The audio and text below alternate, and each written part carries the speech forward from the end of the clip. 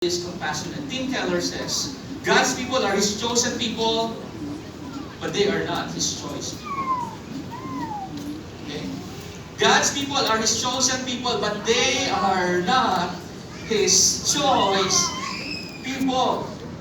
The Israelites were greater, were better than other people. In fact, they were the worst. They were chosen not because they were special, but they became special when the Lord chose them.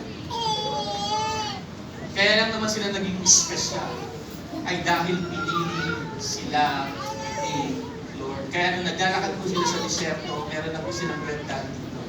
Okay? Special na siya. Okay? So, why? Kasi pinili na po sila ni Lord. Alam niyo po, ganoon din po tayo ngayon. No? God's compassion moves Him to choose us, okay, and set us apart as His holy people, His treasured possession. God's compassion, okay, moves Him to choose us and set us apart as His holy people, His treasured possession, purely voluntarily. Purely by grace. God did not save us because He saw something good in us. Romans 3 would say, no one does good, not even one. God did not save us because He saw what an asset we would be to His kingdom. After all, we were dead in our trespasses. Okay? Wala talaga tayo. All the good things that we do apart from God, alam niyo kung sabi ng Bible, they're just like filthy rags. Hindi lang po sila basahan, sila ay pawang ng maruming basahan lahat ng ginagawa natin.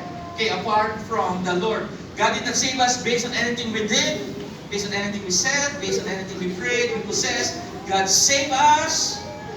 You know why? Because out of the great love and mercy of God, He sent His one and only Son to die on the cross for us. Naligtas lamang tayo ng dahil sa ginawa ni Lord para sa atin.